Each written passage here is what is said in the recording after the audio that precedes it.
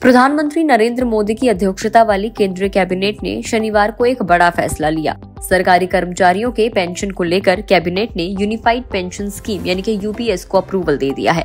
ये India government की एक नई स्कीम है जिसे नेशनल पेंशन स्कीम यानी कि एनपीएस के सिमिलर ही पेश किया गया है। अब सरकारी कर्मचारियों के लिए एनपीएस और यूपीएस चुनने का ऑप्शन होगा। वहीं देश के कई राज्यों में ओल्ड पेंशन स्कीम यानी कि ओपीएस भी ऑपरेटेड है। ऐसे में अभी ज्यादातर लोगों को ओपीएस, एनपीएस और यूपीएस में अंतर और लाभ के बारे में जानकारी नहीं है। तो अगर आप भी इन तीनों स्कीम्स में कंफ्यूज हो रहे हैं और ये जानना चाहते हैं कि कौन सी पेंशन योजना आपके लिए बेस्ट होगी, तो चलिए आपके हर सवाल का जवाब इस वीडियो में आपको देते हैं। तो सबसे पहले हम ये समझेंगे कि यूनिफाइड पेंशन स्कीम यानी कि यूपीएस क्या है। तो सरकारी कर्मचारियों के लिए पेश की गई ये नई योजना अगले साल 1 अप्रैल 2025 से लागू होगी। यूपीएस के अंडर अब केंद्रीय कर्मचारियों को एक निश्चित पेंशन दिया जाएगा जो लास्ट 12 महीने की एवरेज बेसिक सैलरी का 50% होगा। कर्मचारी को ये पेंशन पाने के लिए कम से कम 25 साल तक सर्विस करनी होगी। वहीं अगर कर्मचारी की जॉब करते हुए डेथ हो जाती है तो परिवार को भी एक निश्चित पेंशन दिया जाएगा जो कर्मचारी को मिलने वाले पेंशन का 60% होगा। इसके अलावा मिनिमम एश्योर्ड पेंशन भी दिया जाएगा, जिसका मतलब ये है कि जो लोग 10 साल तक जॉब करते हैं उन्हें कम से कम 10,000 रुपए की पेंशन दी जाएगी। इसके अलावा यूनिफाइड पेंशन स्कीम के अंडर इंडेक्सेशन को भी जोड़ा जाएगा। इसका मतलब है कि महंगाई के हिसाब से रिटायर्ड कर्मचारियों की पेंशन बढ़ती रहेगी और ये बढ़ोतरी महंगाई राहत यानी कि डीएनएस अलाउंस के तौर पर पेंशन में जोड़ी जाएगी। ये all India consumer price index for industrial workers के आधार पर कैलकुलेट होगा। वहीं रिटायरमेंट पर एक मुश्त रकम भी दी जाएगी। इसका कैलकुलेशन कर्मचारियों के हर 6 महीने की सेवा पर उनके बेसिक सैलरी और महंगाई भत्ते के 10वें हिस्से के तौर पर किया जाएगा और ये ग्रेचुइटी से अलग राशि होगी। चलिए अब ये समझेंगे कि यूपीएस, एनपीएस और ओपीएस में क्या कुछ डिफरेंस है। फर्स्ट, यूपीएस के तहत केंद्र सरकार के कर्मचारियों को लाभ दिया जाएगा। एनपीएस के तहत प्राइवेट और सरकारी कर्मचारी दोनों ही अकाउंट ओपन करा सकते हैं, जबकि ओपीएस सिर्फ सरकारी कर्मचारियों के लिए है।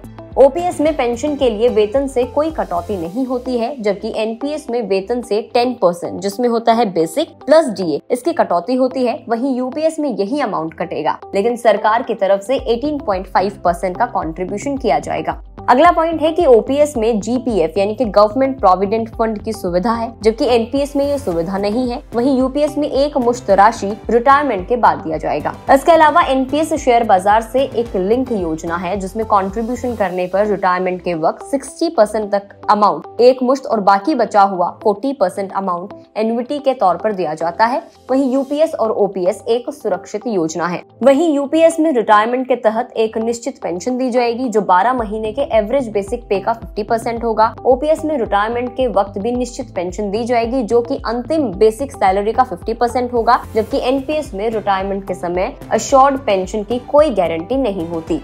इसके अलावा ओपीएस में 6 महीने के बाद मिलने वाला महंगाई भत्ता यानी कि डीएनएस अलाउंस लागू होता है, जबकि एनपीएस में 6 महीने के बाद मिलने वाला महंगाई भत्ता लागू नहीं होता। और वहीं यूपीएस में महंगाई के हिसाब से महंगाई राहत दिया जाएगा। इसके अलावा यूपीएस में ग्रेचुइटी के अलावा एक मुश्त राशि रिटायरमेंट के वक्त दिया जाएगा। ओपीएस में रिटायरमेंट के बाद 20 लाख रुपए तक ग्रेचुइटी मिलती है, जबकि एनपीएस में रिटायरमेंट के समय ग्रेचुइटी का अस्थायी प्रावधान है। यूपीएस में कर्मचारी की मौत होने पर फैमिली पेंशन दिया जाएगा। ओपीएस में सेवा के दौरान मौत होने पर फैमिली पेंशन का प्रावधान है, जबकि एनपीएस में सेवा के दौरान मौत होने पर फैमिली पेंशन का प्रावधान है, लेकिन एनपीएस के तहत जमा पैसे सरकार जब्त कर लेती है। यूपीएस में ब्याज पर टैक्स लगेगा या नहीं, ये अभी तक क्लियर नहीं है, जबकि ओपीएस में रिटायरमेंट पे जीपीएफ के ब्याज पर किसी तरह का इनकम टैक्स नहीं लगता है।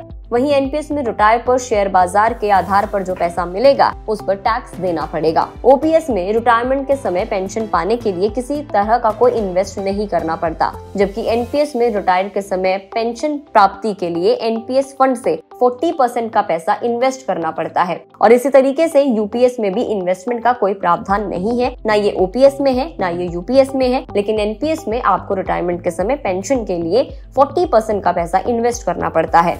इसके अलावा यूपीएस में 10 साल की सर्विस पर कम से कम 10,000 रुपए पेंशन का प्रावधान है। ओपीएस में 40% पेंशन कम्यूटेशन का प्रावधान है, जबकि एनपीएस में ये प्रावधान नहीं है। यूपीएस में मेडिकल फैसिलिटी दी जाएगी, जबकि ओपीएस में रिटायरमेंट के बाद मेडिकल फैसिलिटी है, लेकिन एनपीएस में इसका स्पष्ट प्रावधान नहीं है। इसके अलावा यूपीएस और ओपीएस का लाभ सिर्फ सरकारी कर्मचारी ही उठा सकते हैं, जबकि एनपीएस में ऐसा कुछ नहीं है। एनपीएस में प्राइवेट से लेकर सरकारी कर्मचारी कोई भी इसका फायदा उठा सकता है। अब अगर और ज्यादा यूपीएस के बारे में बात करें तो केंद्रीय मंत्री अश्विनी वैष्णव ने शनिवार रात को यूनिफाइड पेंशन स्कीम को ऐलान करते हुए कहा कि इस योजना का लाभ सरकारी कर्मचारियों को दिया जाएगा और साथ ही ये भी कहा गया कि 2004 के बाद रिटायर्ड सरकारी कर्मचारियों को भी इसका लाभ मिलेगा। साल 2004 से अभी तक रिटायर्ड सरकारी कर्मचारी इस योजना के तहत बकाया पाने के योग्य होंगे। उन्होंने ये भी कहा कि इस योजना के तहत बकाया राशि का भुगतान 800 करोड़ रुपए तक किया जाएगा। तो ये थे एनपीएस, यूपीएस और ओपीएस में डिफरेंसेस, जिसके आधार पर आप ये डिसाइड कर सकते हैं कि आपके लिए बेहतर कौन सा है। आपको क्या कुछ लगता है कमेंट करके जरूर बताएं। अगर आप इस वीडियो को फेसबुक पर देख रहे हैं तो फेसबुक पेज को लाइक करें, यूट्यूब पर देख रहे हैं तो गुड रिटर्न्स के यूट्यूब चैनल को सब्सक्राइब करना ना भूलें।